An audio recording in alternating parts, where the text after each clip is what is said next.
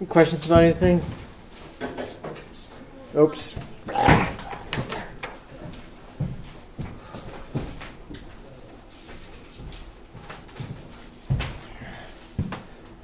Are there any questions?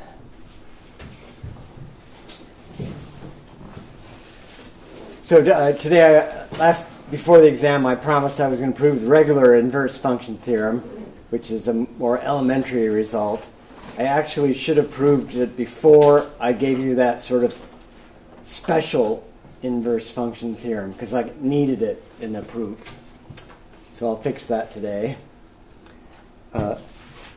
Anyway, the standard inverse function theorem, it's very much like the real version. And in fact, you could prove it very much like the real version. So that it supposes f is analytic in a neighborhood of a point and it has a non-vanishing derivative. Then it's locally invertible, meaning, so let's say that we have f prime of z naught unequal to 0, and we'll say f of z naught equals w naught. Then there's an epsilon bigger than 0, so that when I restrict to a little disk of size epsilon about w naught, the map is a one-to-one map from that little disk to a domain U contained in the disk of radius r. So let's see. Let me finish this up there. A domain such that, of course, z naught would be in that domain. F would map that domain to the little disk of size epsilon about w naught, one-to-one and onto. So one-to-one and onto. And the inverse of that map is analytic. So F inverse is analytic on the little disk. And there's a famous theorem, or a famous formula, that the derivative of F inverse, so F inverse prime at W, is 1 over F prime of F inverse of W. That's the same formula as the real analysis version. And that could just come from the chain rule if you wanted to. You write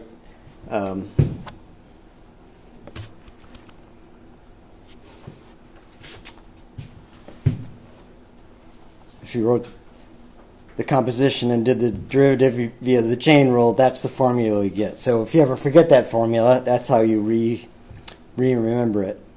Well, let's see, before I scroll, homework 5 is on the home page now, and I'll make it due, let's say Thursday next week is the Thursday after October break. It's due the next Thursday after that, October 17th. So 2 weeks to do it.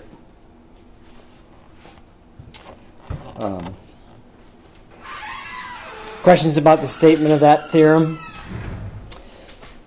Well, I told you you could prove this very much like you would the real case, but we have some tools that we don't have in the real case. And you might remember the proof of the open mapping theorem had this classic picture that I take a little disk like this,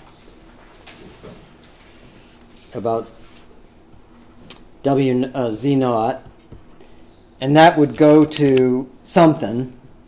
I made it go around twice.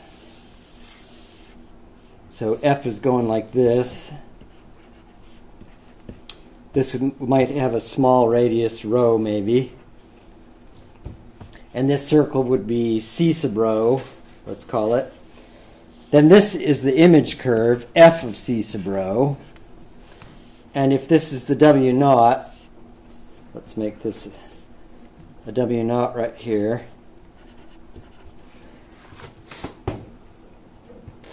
f prime is not 0, so it's not that wouldn't be constant. So I could could shrink that down like I did on the proof of the open mapping theorem.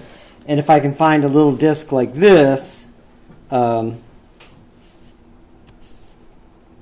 doesn't touch the curve f of c of rho, let's see, it's going around like that, like that, like that. Then that whole thing, this is going to be the epsilon. If I can get a little disk like that, that thing's going to get hit. And that's the little epsilon I'm going to use in my proof here. And remember the formula from the proof. Let's see, so this F maps this to something like that.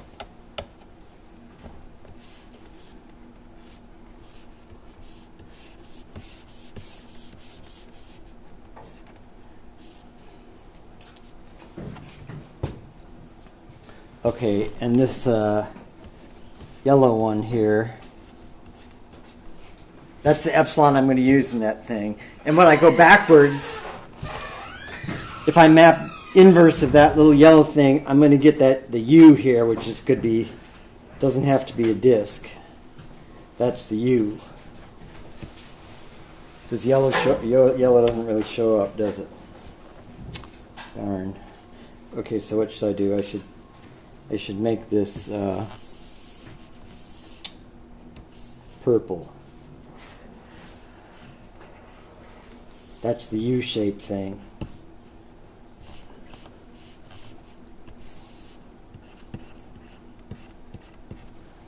Like that. Okay, so that's the picture. And remember in the proof of the open mapping theorem, that's the same picture from the proof of the open mapping theorem. And because f is not constant, I can shrink that down to a C rho that gives me exactly that picture. The C sub rho wouldn't go through the W naught. Okay, I did that in the proof of the open mapping theorem. That's the picture. And remember, we had this way of counting the number of times. We called it h of w. It's 1 over 2 pi I, integral around C sub rho of f prime of z over f of z minus w dz. And that was equal to the number of times f gets hit, number of times w gets hit by f on the disk of radius rho about z naught. Okay, well, if f prime of z naught, and what we showed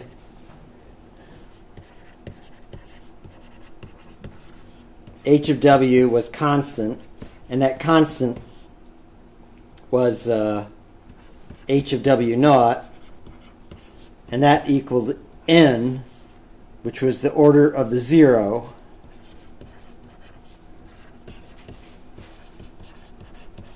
of f of z minus w naught at z naught. But if f prime is non-zero, that order is 1. So today,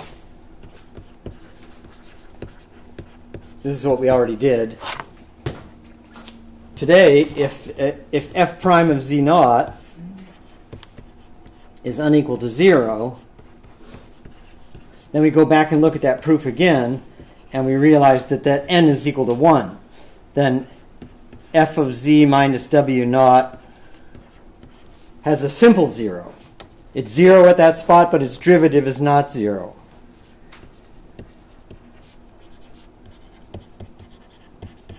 A 0 of order 1.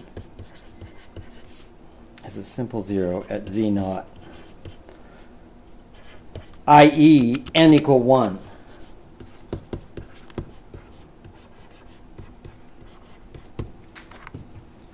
Okay. That means every w in that little thing gets hit exactly once. So every w in the disk of radius epsilon about w naught gets hit exactly once. In other words, f is 1 to 1.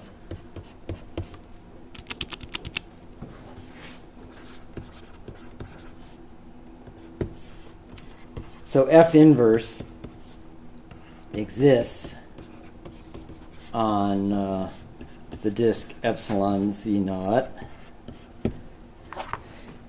And the open mapping theorem implies that it's continuous there.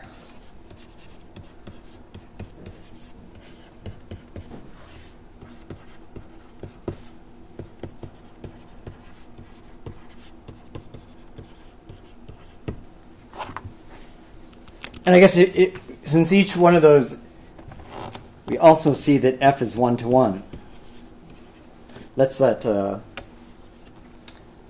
u be equal to the inverse image of that little disk. Since it's continuous, that is a domain. I mean, yeah.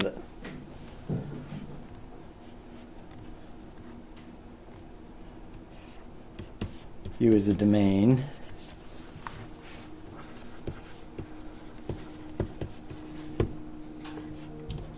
Z naught is in U. And F is 1 to 1 on U. Well, the thing that's the hard part of the inverse function theorem. And now I can go back to, oh darn, I should have opened this beforehand. Let's see.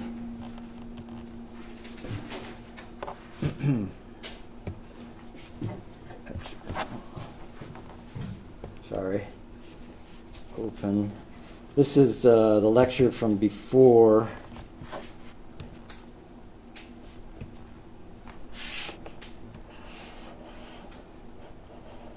Did I do it? Oh, darn. I'm sorry, I don't need this just yet.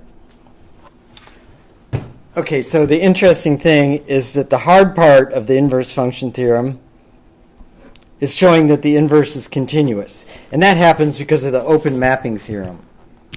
Okay, so this would be considered the hard part of the proof of the inverse function theorem. But now we claim that the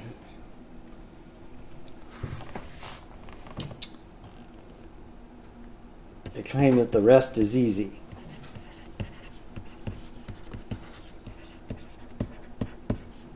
And let me show you why it's easy. Darn it, I'm not ready.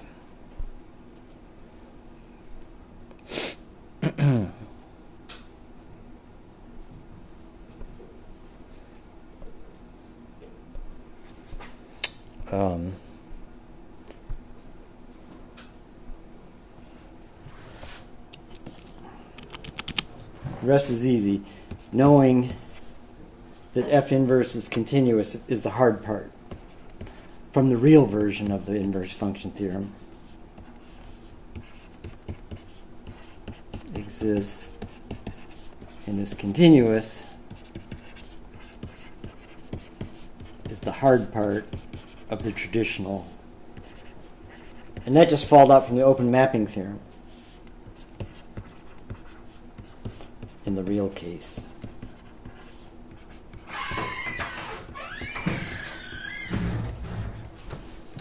So let's see, why is the rest easy? Let's write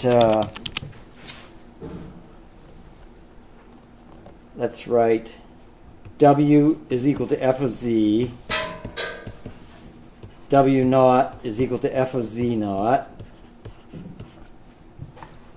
let's write capital F is little f inverse. Okay, so that means that Z is equal to f of W, and Z naught is equal to capital F of W naught. I claim that figuring out that, let's do the difference quotient. Let's see, we know F is continuous.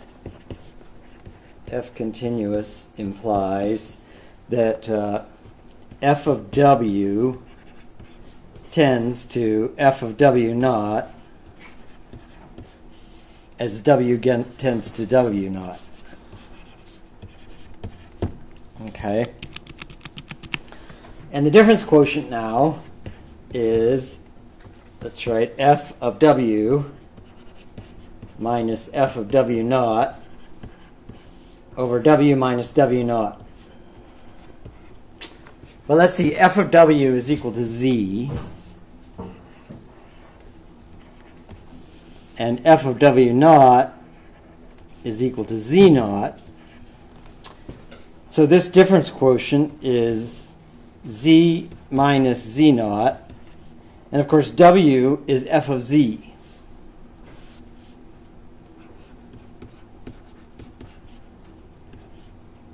And W naught is F of Z naught.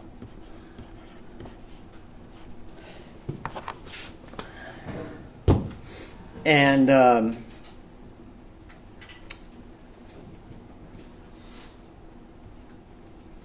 because of the continuity of the inverse, we know that this would go to, so the aha moment is here.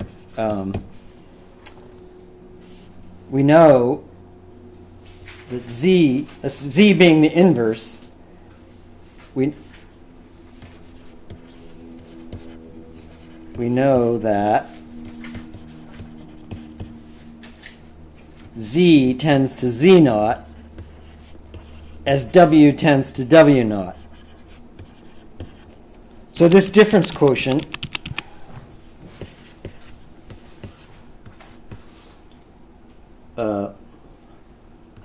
let's see, that would be 1 over F of Z minus F of Z naught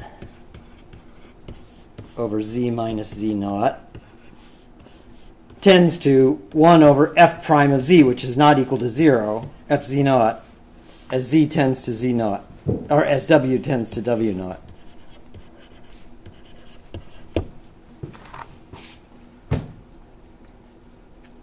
Okay, so that's the proof. Once you know the inverse is continuous, and if you have a non-vanishing derivative, you can do that. Okay.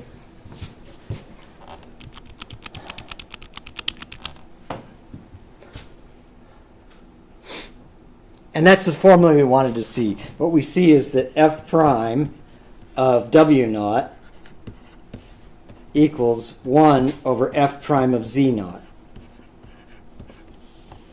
And that's the formula, if you think about it, that I needed. Okay. And I guess I should make a remark here. If I wrote here F of Z is equal to Z, then I would see that F prime of F of Z times F prime of Z is equal to 1. And I would get that formula.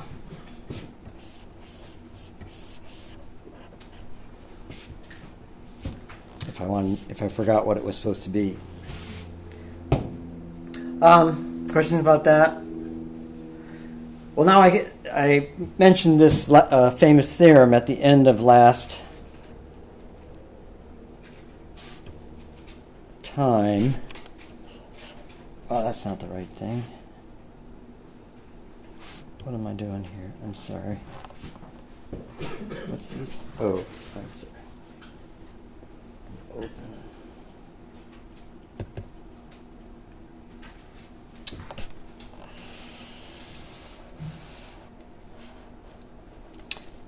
This is like a super inverse function theorem. I called it a corollary of the open mapping theorem, that if f is analytic and one-to-one, then you actually have an inverse function theorem. This is a very special thing about analytic functions. And the proof I gave actually required I know the inverse function theorem before I proved this. And I'll explain. Everything I did there that time was correct. So I have this mapping that's one-to-one on the domain, and I let omega 2 be the image, then it's also a domain. And the open mapping theorem tells me that the inverse of that map is continuous. Okay. And I want to show that F is actually analytic. All right. And get the famous formula. Okay, so that would be trivial on the places where the derivative is non-vanishing by the standard inverse function theorem. Okay, but the interesting thing is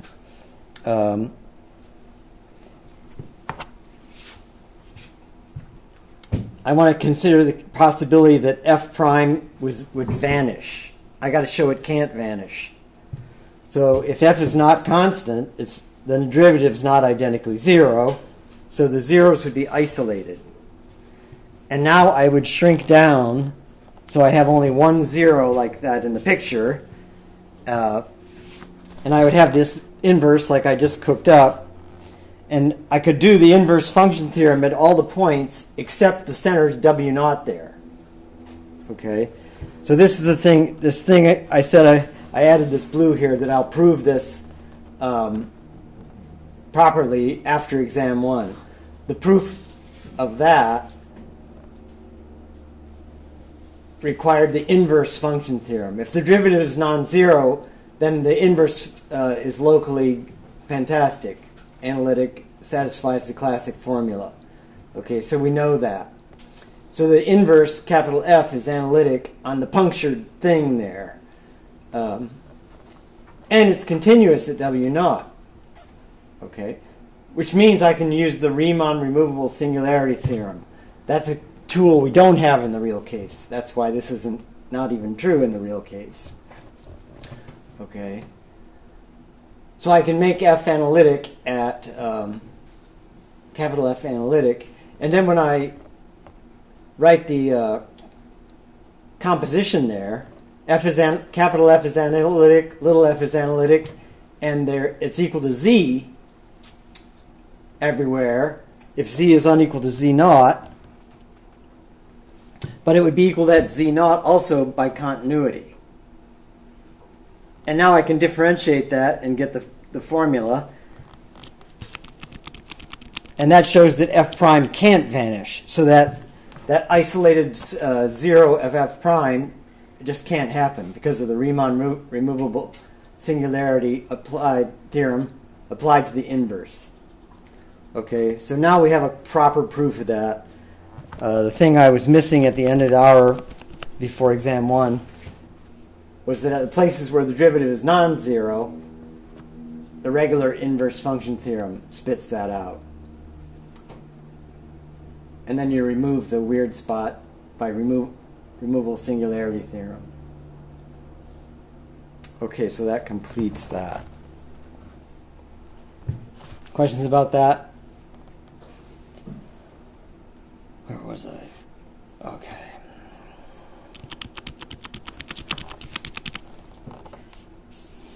So now that theorem.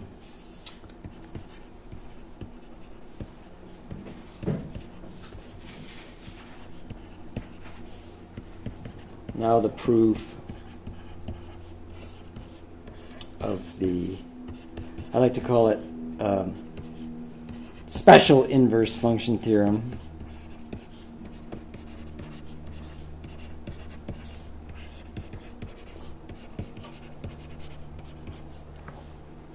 At the end of lesson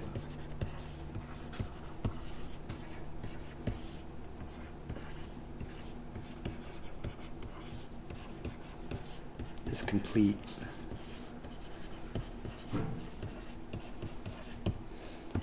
Namely, that theorem said if f is analytic and locally one-to-one, implies the derivative is non-vanishing.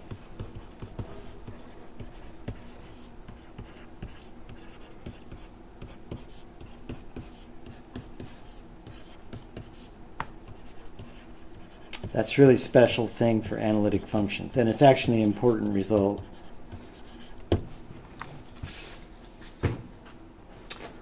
Okay, questions about anything?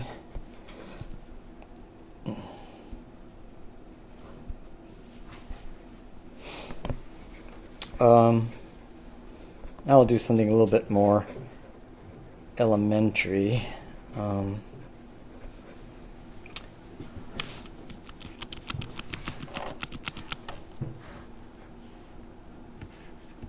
This is a related result, sometimes called the local mapping theorem.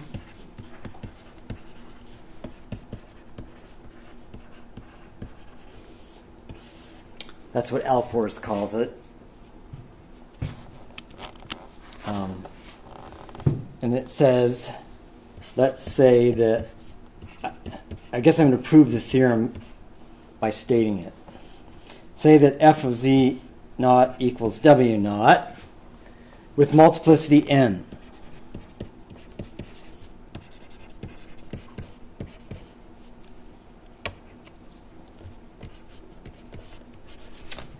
Meaning that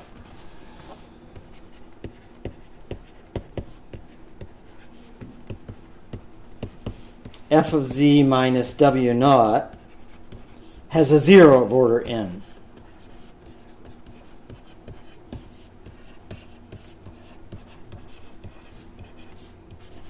At z naught.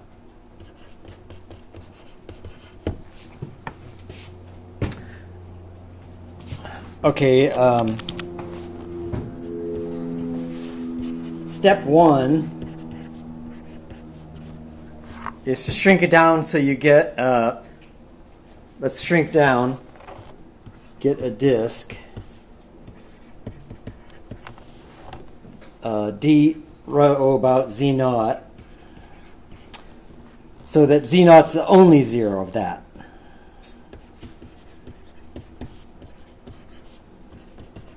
Is the only zero of f of z minus w naught. Make it into closure.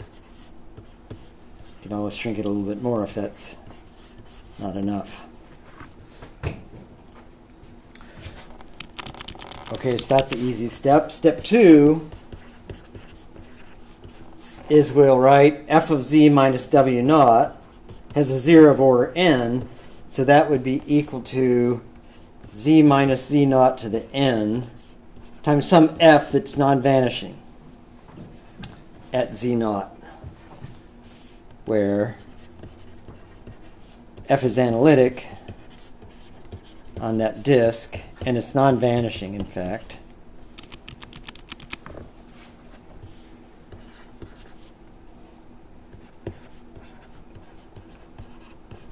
And is non-vanishing.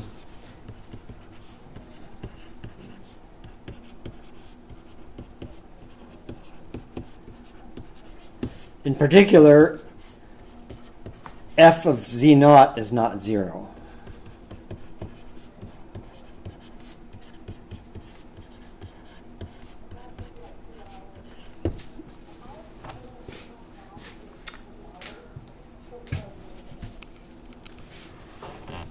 Let's see. I guess I don't have to say that. That just is non-vanishing on the closed disk, including at z naught.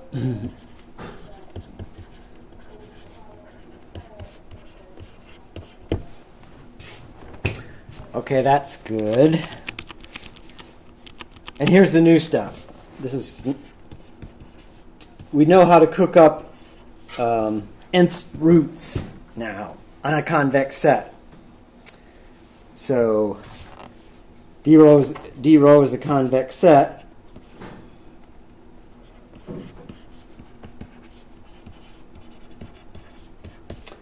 It's convex open. F is non-vanishing. And so there's an analytic nth root function.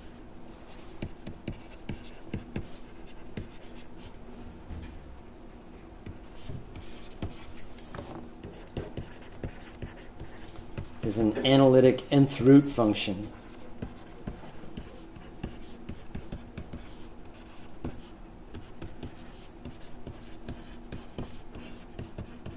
G of z, with g of z to the n being capital F. I guess this is step 3. Okay, we're getting close to the punchline here.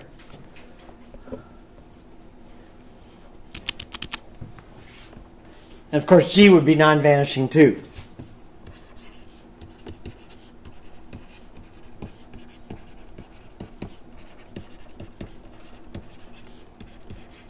Because it's n through to something that's non-vanishing. Okay, the last step. We're close to the last step. Step 4 is I can put the W naught on the other side. F of z, I guess I'll do it in steps. I have F of z minus W naught equals z minus z naught to the n times F. But F, let's see, this is F of z. F is g of z to the n. And so if I combine those in one thing, I see that F, an analytic function, looks like a constant plus z minus z naught to the 1 times g of z to the n. Okay, that's kind of exciting. This turns out to be an interesting thing to look at. Let's call this capital G of z. Let's think about capital G here. Step 5. Let's think about capital G prime of z. By the product rule, that would be g of z, 1 times g of z, plus z minus z naught times g prime of z. And if I put in g of z naught there, I get g prime of z naught equals g of z naught plus 0. And g of z naught is not equal to 0.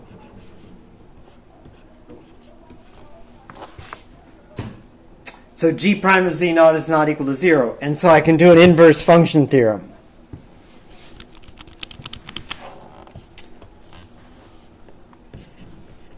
Step 6. Since g prime of z naught is unequal to 0, I can do a inverse function theorem.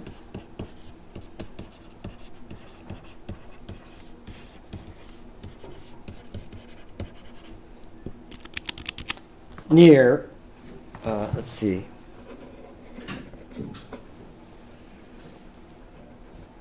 g of z naught was equal to 0.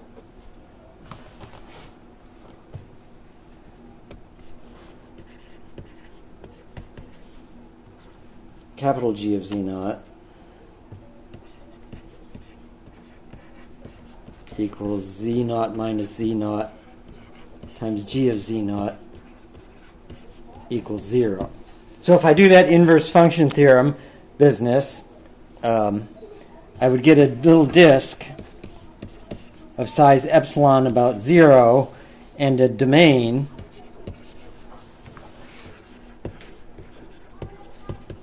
capital U, which would be the image G inverse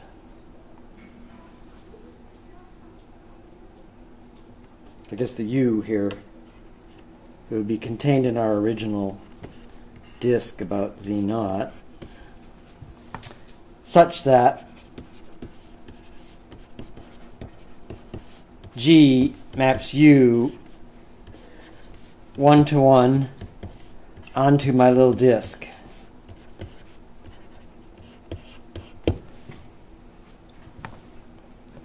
With a non-vanishing derivative on that whole set.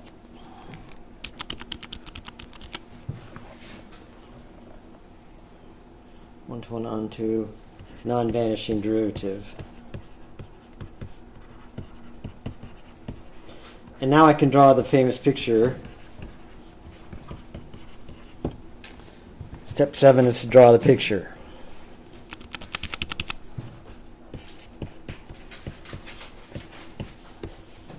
Picture. See if I can manage not to botch up the picture. Okay.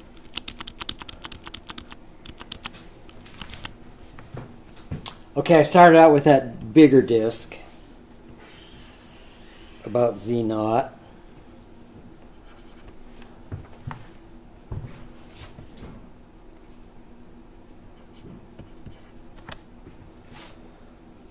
Okay. And then my G is not actually defined. My G is defined on a smaller set. So, and that set was a U. That's my U.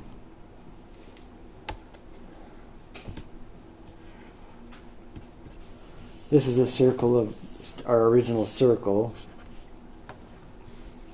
That's my U. And G would map that to a little disk.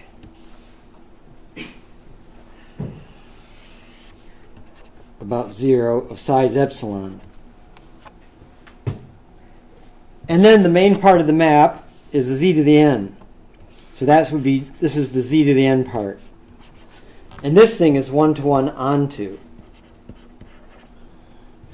And so this is a Z to the N, and that would map a disk to a weirder a disk. If epsilon is small, this would be an epsilon to the N.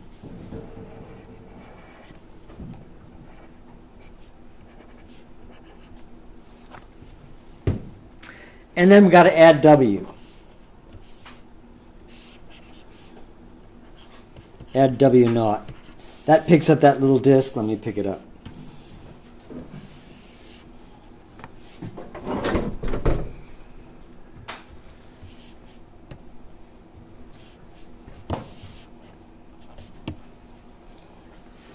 Okay, that's that same little thing, except now this is W naught centered at this spot.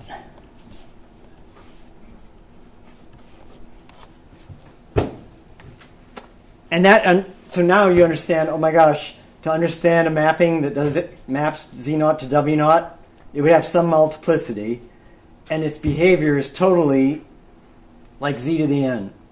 That first map G is a one-to-one onto non-vanishing derivative. That's just a change of variables. And so the real guts of the map is the Z to the N part, and that last thing is just a simple translation. So it means if you understand Z to the N, then you understand the local behavior of analytic functions. That's kind of cool. So the mapping is totally, understanding Z to the N is all you need to understand.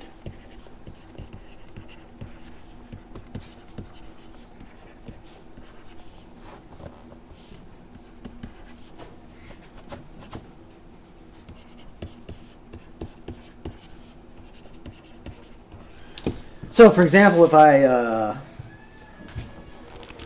I picked a point here, okay, F maps Z naught to W naught. But if I picked a point close to W naught, there'd be, well, that's right here. But there would be N over here that map to that point. And then this is a one-to-one onto, and there'd be N points over here. Of course, they wouldn't be in a circle anymore. They might be in some weird shaped thing. And so it means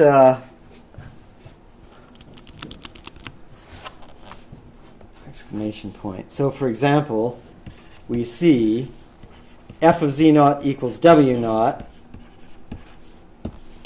But f on u minus z naught to that little disk on the end there, w naught plus the little disk, the radius n about 0, is n to 1. Every point gets hit by n different points. Okay, so that's pretty interesting to understand. And now, because we know analytic functions, the real part's harmonic, we can also begin to understand exactly what the zero sets of harmonic functions look like.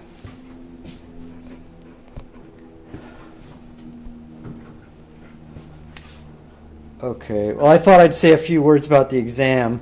I'm in the process of grading it, halfway done maybe.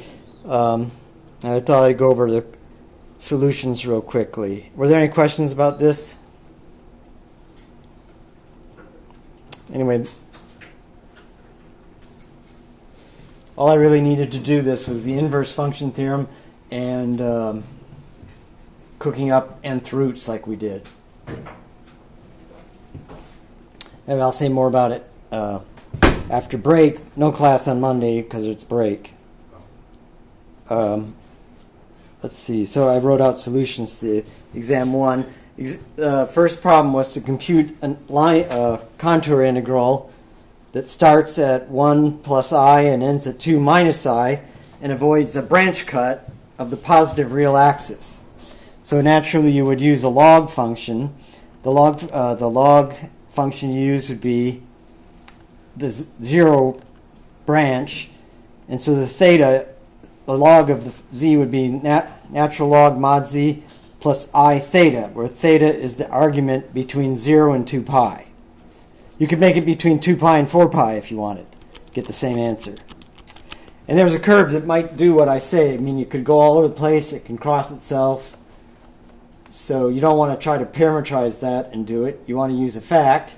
And the fact is the log would be an antiderivative for 1 over z on that set, on that open set. It has to be on that open set containing the curve in order to use the fundamental theorem of calculus. So that has to be the right branch, so that's the case. And so if you use the fundamental theorem of calculus, it's a matter of just subtracting log of endpoint minus log of the starting point. And when you do it, you get log 2 plus I 3 pi over 2. That was meant to be an easy problem. That's why it was number 1. So far, people are having trouble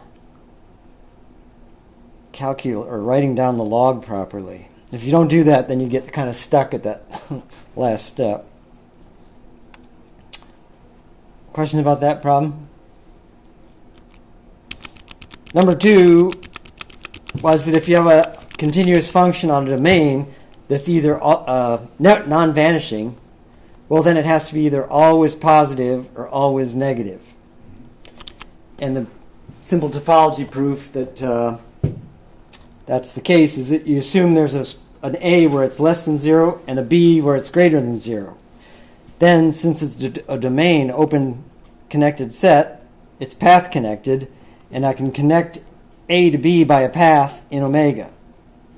Then you realize, aha, the intermediate value theorem would, if I look at u of z of t, where z of t parameterized that curve, it would be negative when it starts and positive when it ends. So the intermediate value theorem says there'd have to be a place in between where it's exactly 0. And if we assume it's non-vanishing, that couldn't possibly happen. So it's either always positive or always negative. And that's really a topology proof there. But now, the idea in the next one is to apply that. If I have a harmonic function on the whole complex plane that's non-vanishing, well, it has to be either always positive or always negative. And I gave you the hint that e to the u plus iv in modulus is e to the u. If u was always negative, then since e to the x is strictly increasing, e to the u of z would be strictly less than e to the 0, which is 1. So I'd get a bounded entire function if I did that. So that's the key idea here. So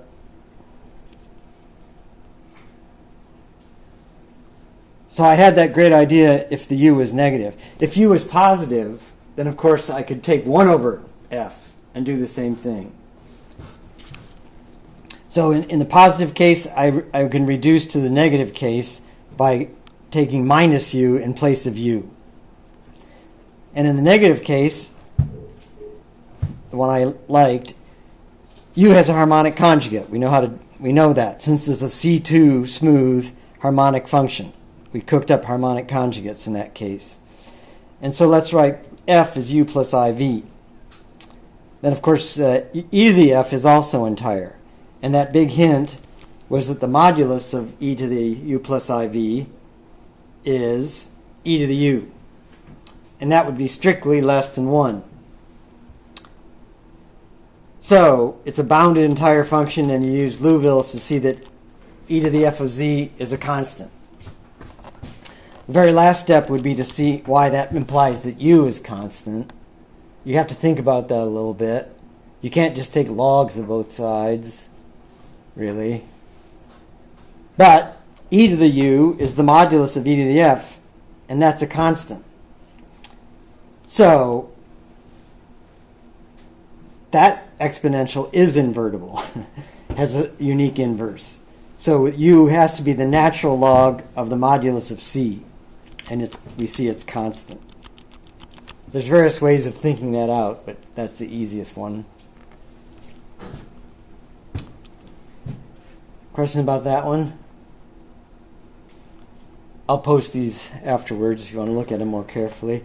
Number 3 was an alternate proof of the Riemann removable singularity theorem. I proved it using the Morera-Gurzat version of the lemma. But there's another way to do it, and it involves looking at g of z, define it to be z minus a squared times f. My proof, I used z minus a to the 1 power times f, and used Morera-Gurzat. But if you let capital G be that, and g of a was 0, so I'm writing a difference quotient there, and then you realize, oh my god, the z minus a cancels, and I get z minus a times f of z. And since f is bounded, that goes to 0 as z tends to a. So that difference quotient has a limit, and it's 0. So that means it's analytic. Its derivative exists at all points, including a. And of course, that makes it continuous to 0 also. All right, now if you write out the power series for capital G, you finish the proof of the Riemann removable singularity. We know that g of a is 0, and I just calculated g prime of a exists and is 0.